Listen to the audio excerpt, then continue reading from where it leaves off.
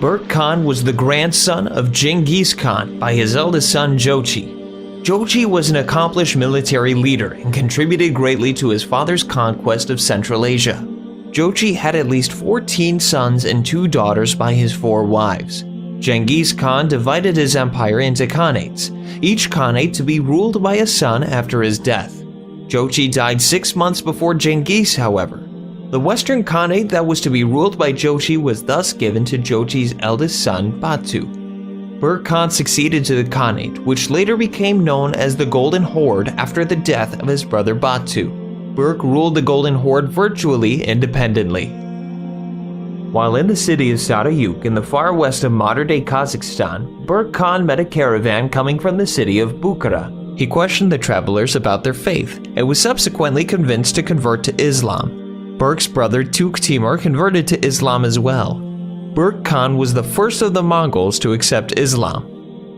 Berk Khan's nephew, Hulagu, ruled northern Persia and was given instructions by his brother monk to incorporate the area from Persia to Egypt into the Mongol Empire.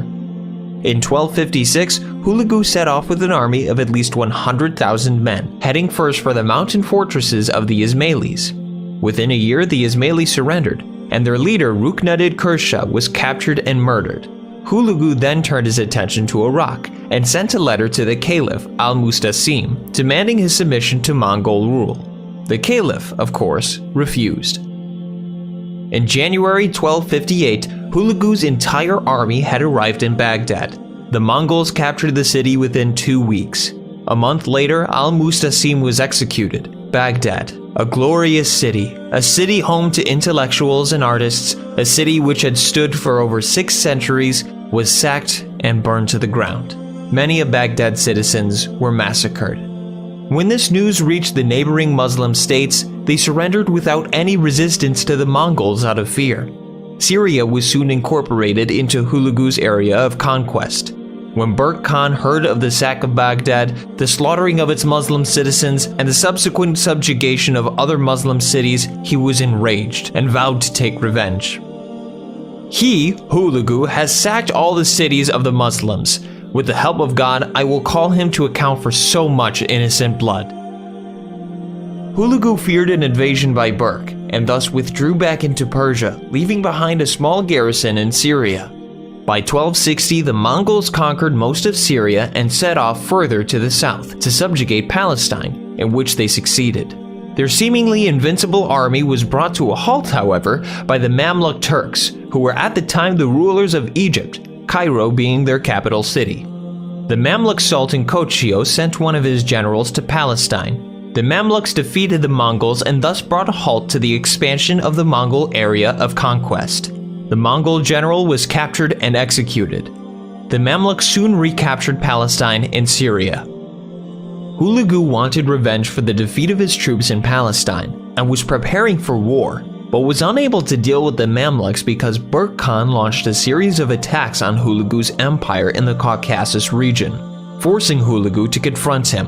Berk was still furious because of the sacking of Baghdad.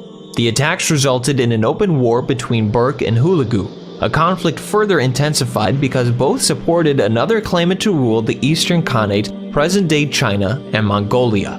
Hulagu supported his brother Kublai, while Berk was loyal to Hulagu's other brother Atikbok. Both claimants joined their supporters in war, but eventually Atikbok surrendered to Kublai. Hulagu and Berk Khan both suffered serious defeats in the war. Though Atikbok didn't become Khan of the Eastern Khanate, Berk did succeed in ruining Hulagu's dreams of a Middle Eastern empire that included Egypt. The war was still ongoing when Hulagu died in 1265. A few months later, Berk died as well, in 1266. Hulagu was able to consolidate his power in Persia before his death. His dynasty, the Ilkhanids, ruled Persia until 1335. His successors converted to Islam. Mengo Timur, another nephew of Berk, succeeded him as Khan of the Golden Horde.